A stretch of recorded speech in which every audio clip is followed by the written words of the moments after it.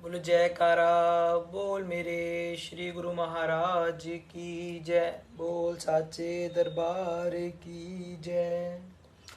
आज 4 जुलाई 2023 वार मंगलवार। मैं आनंद सिंह अमृतवाणी सेवा ट्रस्ट एवं श्री हरिहर सत्संग मंडल की तरफ से अपना दैनिक सत्संग आप लोग के सामने प्रस्तुत करता हूँ। अमृत वचन। जीवन में जितनी बार विजय पाई है नम्र भाव से ही पाई है।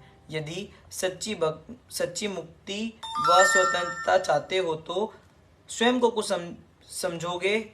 यदि सच्ची मुक्ति व स्वतंत्रता चाहते हो तो सत्पुरुषों की आज्ञा में रहो। व्यर्थ अभिमान में आकर स्वयं को कुछ समझोगे तो इससे यह निश्चित होता है कि तुम अभी गुरु कृपा के पात्र नहीं हो। चाहे कितने भी बड़े अथवा गुणवान बन जाओ पर फिर भी रूहानी राहबर के सम्मुख विनम्र रहो। तुम्हें विदित ही नहीं होगा कि भीतर ही भीतर अहंकार का गुण तुम्हें खोखला बना देगा। राहबर प्रसन्न होगा तो समय पर चेतावनी देगा और सुरक्षित रखेगा। अधिकतर लोग भक्ति मार्ग में थोड़ा ही समय आगे बढ़ते हैं कि मान बाधा डाल देता है। यदि पूरा जन्म उसमें ही उलझा रहे तो कितने खेद की बात है। यह मत सोचो कि मैं भक्ति मार्ग में आगे बढ़ गया हूँ, अहंकार आते ही पतन हो जाएगा। अभी तो यह मार्ग बड़ा लंबा और अति सूक्ष्म है। सतगुरु के द्वार पर क्षमा मांगो और सदा कृपा की याचना करो तो आगे चलने का मार्ग निष्कंटक हो जाएगा। कई सदैव अप्रसन्न रहते हैं और किसी न किसी की शिकायत करते ही रहते हैं। उन्हें यह ज्ञात ही नहीं कि हमारे भीतर रूहानी कमजोरी है, उसका उपचार करें। पहले तोलो फिर बोलो। ऐसा नहीं करोगे तो जीवन विषरूप बन जाएगा। निंदक व्यक्ति व्यर्थ में दूसरों को बोझ अपने ऊपर ले रहा है। तुम गुरुमुखों के संग में गोविंद का गुणगान करो तो बोलने का पूर्ण लाभ प्राप्त होगा। तुम्हारे बोलने से कोई विलग आत्मा परमात्मा से मिल जाए तो वह बोलना चुप रहने से कई गुना अच्छा है। दूसरों के अवगुण देखने वाला व्यक्ति सदैव परेशान रहता है और घृणा के कारण उसे कहीं से भी सुख उपलब्ध नहीं होता। जो जैसा भी हो वह उनके लिए है। तुम प्रत्येक के कर्मों को देखने की अपेक्षा स्वयं को देखो और मन को साफ करो। जो सदैव शिकायत करता है वह स्वयं को ही नहीं बना पाता तो दूसरों को क्या बनाएगा। मन को जब तक नाम रस ना आवे तब तक उसे जबरदस्ती इस तरफ लगाओ।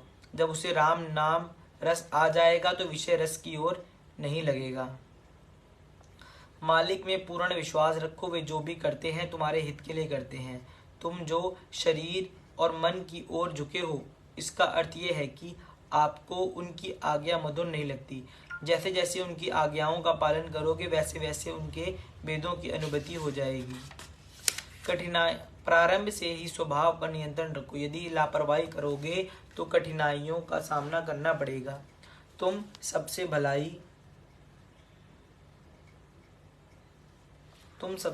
भलाई करो और तुम्हें बुराई मिले उसमें भी बहुत बड़ा भेद है। और मालिक की कृपा समझो।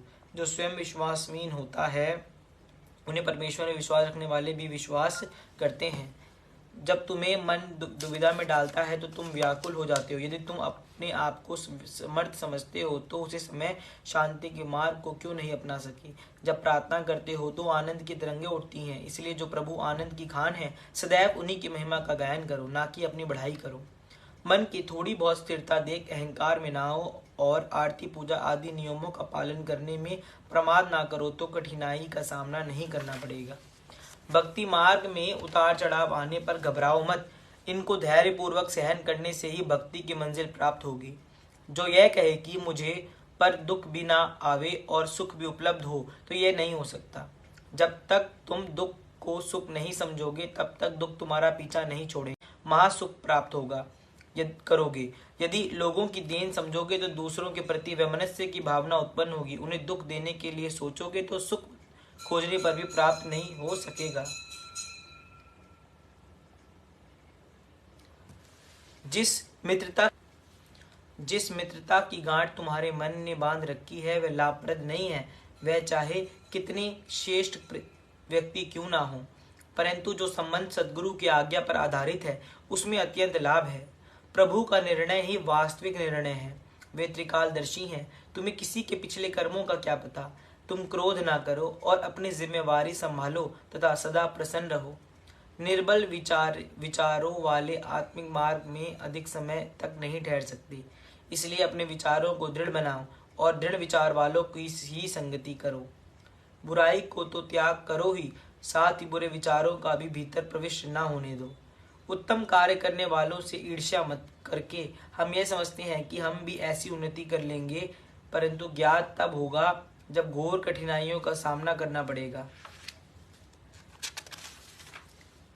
मालिक के द्वार पर कर्मों के लेखे या हिसाब से नहीं छूट सकोगे। सदैव दया की याचना करो और यही कहो कि मुझे संतोष और सहनशीलता दो, हार्दिक नम्रता, सच्चा प्रेम और विश्वास दो। जब तुम्हें ये सद्गुण प्राप्त हो जाएंगे तो उल्टा सीधा वातावरण तुम्हें परेशान नहीं करेगा। बोलो जयकारा बोल मेरे श्री गुरु महाराज की जय। बोल साचे दरबार की जय। सत्संग, भक्त और भगवान का प्रेम। अकबर एक मुस्लिम शासक थे, परंतु वह समान रूप से सभी धर्मों का सम्मान करते थे और भगवान के बारे में अधिक जानने के लिए उत्सुक रहते थे। एक दिन उन्होंने बीरबल से पूछा, क्या ये सच है कि हिंदू पौराणिक कथाओं में देवताओं में से एक देवता ने हाथी को बचाया था, जिसने मदद के लिए उनसे प्रार्थना की थी? बीरबल ने कहा, जी महाराज, हाथियों का राजा गजेंद्र जब एक मगरमच्छ द्वारा पकड़ लिया गया जो उसे मारना चाहता था, तब उसने भगवान विष्णु से प्रार्थना की। भगवान विष्णु ने प्रार्थना सुन ली और वे गजेंद्र को बचाने के लिए आए थे। अकबर ने कहा, गजेंद्र की रक्षा के लिए भगवान खुद क्यों आए? वह अपने सेवकों को भी भेज सकते थे, उनके पास तो कई सारे सेवक होंगे। बीरबल ने कहा, मैं कुछ ही दिनों में इस सवाल का जवाब दे दूंगा। राजकुमार अक्सर अपने एक सेवक के साथ शाम को सैर के लिए जाते थे। बीरबल ने चतुराई से उस सेवक से दोस्ती कर ली और उसे किसी को भी बताने के लिए मना किया। वे दोस्त थे। फिर वह मोम का एक पुतला लेकर आया जो बिल्कुल राजकुमार की तरह दिखता था। एक शाम जब राजकुमार सो रहा था, जब बीरबल ने राजकुमार के बजाय सैर के लिए पुतले को ले जाने को सेवक से कहा, सेवक ने वैसा ही किया जैसे बीरबल ने कहा था। थोड़ी देर बाद वह सेवक अकबर के पास दौड़ते हुए आया और बोला, जहांपनाह, जल्दी चलिए, राजकुमार तालाब में गिर गए हैं, वह तैरना नहीं जानते हैं। अकबर ने यह सुना तो वह अपने सिंहासन से जोर से उछले और तालाब की ओर भागे। जब वह तालाब पर पहुंचे तो राजकुमार को बचाने के लिए उसमें कूद गए। अकबर को बहुत राहत मिली जब उन्हें तालाब में राजकुमार के बजाय राजकुमार की तरह दिखने वाला मोम का पुतला मिला। बीरबल बादशाह को पानी से बाहर आने के लिए इंतजार कर रहे थे। अकबर ने नाराज होकर बीरबल से पूछा, ये किस तरह का मजाक है? बीरबल ने कहा, जहांपनाह, आप खुद क्यों इस तालाब में कूदे? आप राजकुमार को बचाने के लिए सेवक को भी तो भेज सकते थे। आपके पास तो बहुत सारे सेवक हैं, क्या ऐसा नहीं है? अकबर को वह सवाल याद आ गया जो उसने बीरबल से भगवान के लिए पूछा था। बीरबल ने आगे कहा, जिस तरह आप अपने पुत्र से प्रेम करते हैं, उसी तरह भगवान भी अपने भक्तों से प्रेम करते हैं। इस प्रेम के कारण ही वे खुद अब उनकी रक्षा करने आ जाते हैं। आपने उस दिन पूछा था कि गजेंद्र को मगरमच्छ से बचाने के लिए भगवान विष्णु खुद क्यों आए थे। अब आपके पास जवाब है। अकबर ने कहा, इससे बेहतर मुझे कोई और नहीं समझा सकता था। अब मैं समझ गया। बोलो जयकारा बोल मेरे श्री गुरु महाराज की जय। बोल साचे दरबार की जय। सत्संग, सत्संग का अंग।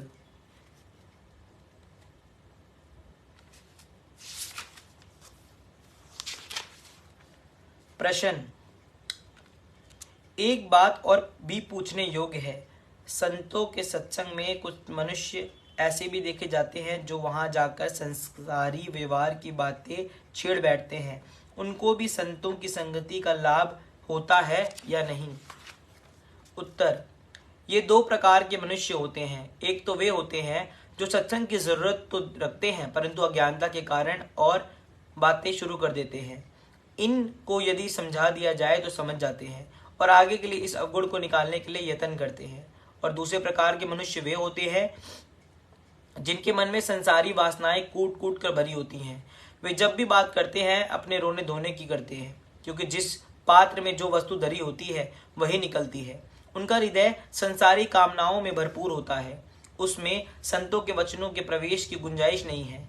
ऐसे लोग संसारी सत्संगी नहीं होते, ये संसारी जीव होते हैं। यदि जाने न जाने कभी सत्संग में आ भी बैठते हैं तो अधिक समय तक ठहर नहीं सकते, बीच में ही उठ जाते हैं और फिर उस तरफ मुख भी नहीं करते। पहली किस्म के आदमी तो सत्संग से लाभ उठा लेते हैं, परंतु दूसरी प्रकार के मनुष्यों को सत्संग में आना न आना एक समान होता है। असूल यह है कि सत्संग में सिवाय सत्संग के किसी अन्य विषय पर बात ना चलाई जाए। जैसे कहा है, सत्संगति कैसी जानिए जिथे एक को नामो वाखिए। प्रश्न, सत्संग के अंदर एक और भी बात देखने में आती है कि वहाँ कुछ आदमी तो बेचारे ऐसे सरल स्वभाव के होते हैं जो सत्संग के वचनों को शांतिपूर्वक मौन होकर सुनते रहते हैं, परंतु कई ऐसे होते हैं जो बड़े प्रश्न उत्तर करना जानते हैं। इन दोनों के बीच भी कुछ अंतर होता है या नहीं? क्योंकि आम लोगों का ख्याल है कि जो बहुत प्रश्न उत्तर संतों के साथ कर सके वह बड़ा सत्संगी है। आपका इसमें क्या विचार है? उत्तर, इन दो प्रकार के मनुष्यों के बीच अंतर है भी और नहीं भी।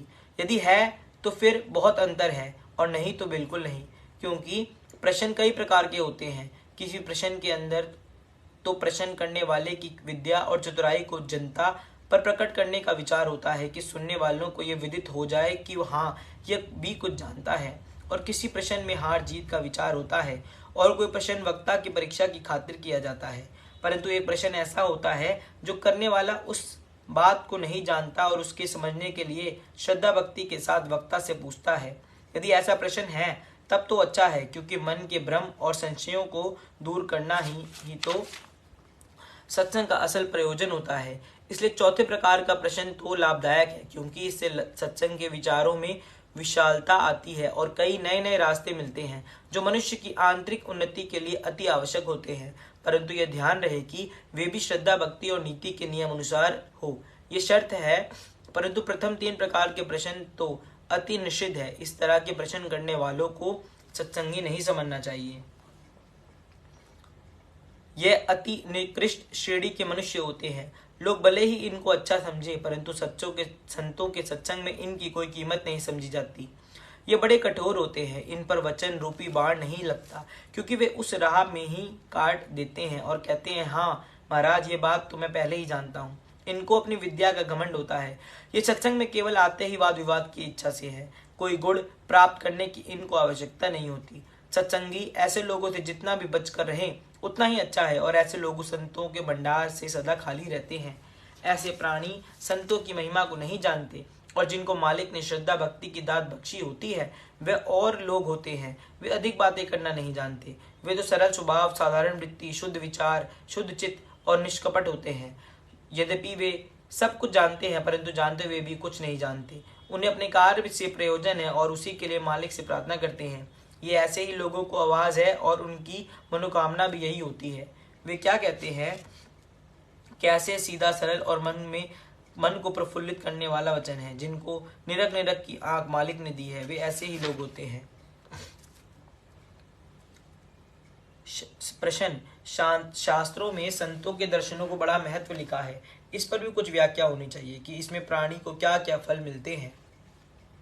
उत्तर, पीछे लिखा जा चुका है कि जिस मनुष्य के अंदर जैसे विचार होते हैं वह उसके रंग रूप और चेहरे पर अपना अक्सा जमा लेते हैं, बल्कि उसके शरीर के चारों ओर अपना मंडल बनाए रखते हैं। और जो मनुष्य उसकी संगति में रहता है या उसके रूप को ध्यान से देखता है तो वह विचार उसके अंदर भी समाने लगते हैं।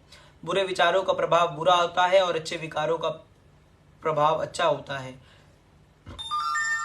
संत चूंकि साक्षात परमार्थ का रूप होते हैं और उनके विचार अति पवित्र और शुद्ध होते हैं तथा उनका मन मालिक के रंग में रंगा होता है, इसलिए उनके दर्शन करने से मनुष्य को भी उनके विचारों का भाग मिलता है। फिर एक बार दर्शन करने और उनके रूप का ध्यान करने से उनकी पवित्र आत्मा बिजली श्रद्धावान के अंदर समाने लगती है, और जैसे उनके वचनों को सुनने से मनुष्य की रूप पवित्र होती है, वैसे ही उनके रूप को देखने, चरणों को छूने और फल फूल भेंट चढ़ाने तथा अन्य सेवा करने से भी वह दशा उत्पन्न होती है।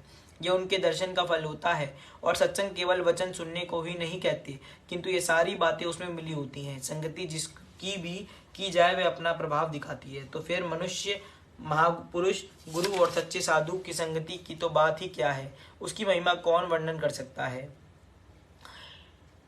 अर्थ साफ है परंतु फिर भी संक्षिप्त रूप में कर दिया जाता है। कबीर साहिब जी फरमाते हैं कि साधु का दर्शन दिन में कई बार करना चाहिए। जैसे असूज मास का मेह खेती के लिए अति लाभदायक होता है, ऐसे ही साधु संत का कई बार दर्शन करने से भक्ति की खेती को पानी मिलता है। फिर कहते हैं यदि कई बार ना कर सके तो दिन में 2 बार अर्थात प्रातःकाल और सायंकाल करें। ऐसे प्राणी को फिर काल धोखा नहीं देगा। यदि 2 बार भी नहीं कर सकता तो 1 बार जाकर करे। ऐसा प्राणी भी संसार सागर से पार हो जाएगा। यदि वह दिन में 1 बार भी नहीं पहुंच सकता तो कम से कम दूसरे दिन तो जाकर करे। ऐसे मनुष्य को भी उत्तम ही समझना चाहिए। यदि दूसरे दिन भी नहीं जा सकता तो फिर तीसरे दिन जाकर करे। ऐसा जीव भी मुक्ति को अधिकारी समझना चाहिए। और यदि तीसरे चौथे दिन भी उसके पास समय नहीं है तो 7वें दिन दर्शन करने में तो बिल्कुल देर ना कर। यदि वह 7वें दिन भी संतों के दर्शन के लिए नहीं पहुंच सकता तो 15वें दिन सही। ऐसा मनुष्य भी अपने जन्म को सफल कर लेगा। और यदि 15वें दिन भी ऐसे उसे नहीं मिल सकता तो फिर महीने भर में सही, परंतु उसमें तो बिल्कुल ढील नहीं करनी चाहिए। लेकिन अगर किसी कारण से महीने भर में तो उसे समय नहीं मिलता तो फिर छठे मास अर्थात छठे महीनों तो अवश्य पहुंचे। कबीर साहिब जी कहते हैं कि इसमें तो किंचित मात्र भी आलस्य नहीं करना चाहिए। लेकिन अगर छठे मास भी उसे दर्शन का अवसर नहीं मिल सकता तो भाई बरस उपरांत तो फिर आखिरी हद है। जो सत्संगी साल में 1 बार भी दर्शनों के लिए नहीं पहुंच सकता उसको दोष लगेगा, वह कसूरवार है। क्योंकि यदि वह बरस दिन में भी समय नहीं निकाल सकता तो फिर निकाल भी नहीं सकता। ऐसे प्राणी को भक्ति मुक्ति को भाग नहीं मिलेगा। ये महिमा साधु के दर्शन की है तो फिर गुरु के दर्शन की तो बात ही क्या है। उसकी महिमा तो अनंत और अपार है। जब साधु के दर्शन की इतनी आवश्यकता समझी गई है तो फिर गुरु के दर्शन की कितनी जरूरत होनी चाहिए। जो सत्संगी बरस में 1 बार भी गुरु के दर्शन को नहीं पहुंच सकते उनकी उन्नति कठिन है। हाँ, जिनके मन की तार गुरु के चरणों के साथ जुड़ी है उनकी बात कुछ और है। इसलिए जिनको भक्ति की इच्छा है, जिनके लिए ये 2 ही चीज हैं, एक गुरु का दर्शन और दूसरा उनका सत्संग। तीसरी कोई वस्तु भी संसार में उनकी सहायक नहीं है। संसार में जिस जीव को ये 2 चीजें प्राप्त नहीं है उसको माया की गेंद समझना चाहिए कि माया उसको कभी इधर फेंकती है और कभी उधर फेंकती है और वह सदा बेचैनी और परेशानी का शिकार बना रहता है। परंतु जिसको एक बार गुरु का सत्संग का रंग चढ़ गया है वह माया के जकोलों से फिर चलायामन नहीं होता, बल्कि वह हर काम में मालिक की मौत समझता हुआ सदा प्रसन्नचित और शांत बना रहता है। बोलो जयकारा, बोल मेरे श्री गुरु महाराज की, बोल साचे दरबार की। आज हम अपना दैनिक सत्संग यहीं पर समाप्त करते हैं। राम राम, जय सच्चिदानंद, सत श्री अकाल।